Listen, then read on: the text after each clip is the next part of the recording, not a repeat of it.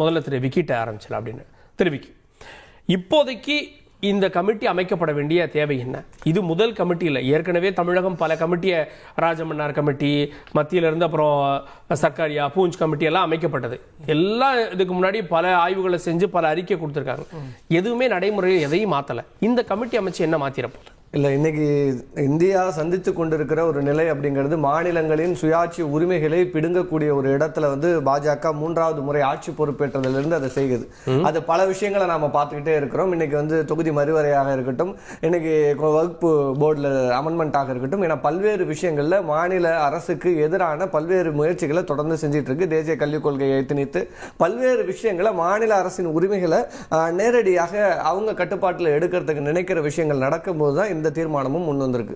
So இது மட்டும் இல்லை, ஏன்னா மாநில சுயாட்சி என்பது இந்தியாவில் எந்த மாநிலத்துக்கு உரிமை இருக்கோ இல்லையோ தமிழ்நாடு அதற்கு முன்னுதாரணமாக இருந்திருக்கிறது. மாநில சுயாட்சியை பேரறிஞர் பெருந்தகை அண்ணா அவர்கள் கருவாக கருதுகிறார். அதற்கு அதை ஒரு உருவம் கொடுத்தது முத்தமிழறிஞர் டாக்டர் கலைஞர் அவர்கள். அதற்கு பிறகு இன்னைக்கு அதை செயல்வடிவமாக்கிறார் தமிழக முதல்வர் அவர்கள். ரெண்டே விஷயம் தான் நான் சொல்றேன். மாநில சுயாட்சிக்கு முதல்ல முதலமைச்சர்கள் சுதந்திர தினத்தில் கொடியேற்றலாம் என்ற உரிமையை பெற்றுத்தந்தது திராவிட முன்னேற்ற கழகம் தமிழகம்.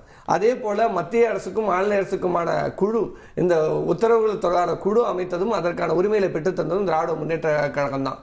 அதுக்கு அடுத்தது இப்பொழுது நடந்த விஷயம், ஆளுநர்களுக்கு 3 மாதம் தான் கெடு என்ற மசோதாக்களுக்கான கால கெடுவை பெற்றுத்தந்ததும் திராவிட முன்னேற்ற கழகம் தான். அப்ப இந்தியாவிலே பல்வேறு மாநிலங்களுக்கு முன்மாதிரியாக மாநில சுயாட்சியில முதன்மையாக நிற்கிறது திராவிட முன்னேற்ற கழகம். அதுல ஒருபடி தான் முத்தமிழறிஞர் டாக்டர் கலைஞர் அவர்கள் செய்த விஷயத்தை மீண்டும் இப்ப இந்த காலகட்டத்தில் கேள்விதான், மீண்டும் செய்யறது தான் தேவை. 50 ஆண்டுகள் கழித்து மீண்டும் செய்யறீங்க, ஏன்னா தேவை இருக்கிறது. லாஸ்ட் இந்த 3 ஆண்டுகளாக 3வது முறையாக ஆட்சி பொறுப்பேற்ற பாஜக செய்கிற விஷயங்கள், காங்கிரஸ் ஆட்சி காலகட்டத்தில் நடந்த விஷயங்கள்ல இது தேவைப்படுதா படலையா அப்படிங்கிறது அங்கேயும் விவாதத்திற்கு வந்தது. இந்திரா காந்தி ஆட்சியில் இருக்கும்போது தலைவர் அவர்கள் பல விஷயத்தை கோரிக்கை வச்ச, சேலம் எஃகு ஆலைக்காக கோரிக்கை வச்சார். சேலம் எஃகு ஆலையை நீங்கள் அமைத்து அறிவித்தால் தான் நான் 5வது கமிட்டிக்கு உத்தரவு அளிப்பேன் என்று சொன்னார். அப்ப அந்த மாதிரி விஷயங்களை காங்கிரஸ் ஆட்சி காலகட்டத்திலும் தேவைப்படும் போது மாநில சுயாட்சி உரிமைகளுக்காக குரல் கொடுத்தது திராவிட முன்னேற்ற கழகம். அந்த வழியில இன்னைக்கு பாஜக பல்வேறு மாநிலங்களுக்கு கொடுக்கிற நெருக்கடியை, தமிழக குறிப்பாக எதிர்க்கட்சிகள் ஆளுகிற மாநிலங்களுக்கு கொடுக்கிற நெருக்கடிகளுக்கு எதிராக ஒரு தெளிவை ஏற்படுத்திக்கணும். 69ல ஒரு குழு அமைக்கப்பட்டது. ஏன்னா அப்பதான் 50களில் அரசியலமைப்பு சட்டம் உருவாக்கப்பட்டது. நிறைய தெளிவு இல்ல, ஒரு 10 ஆண்டு தான் கடந்து இருந்தது.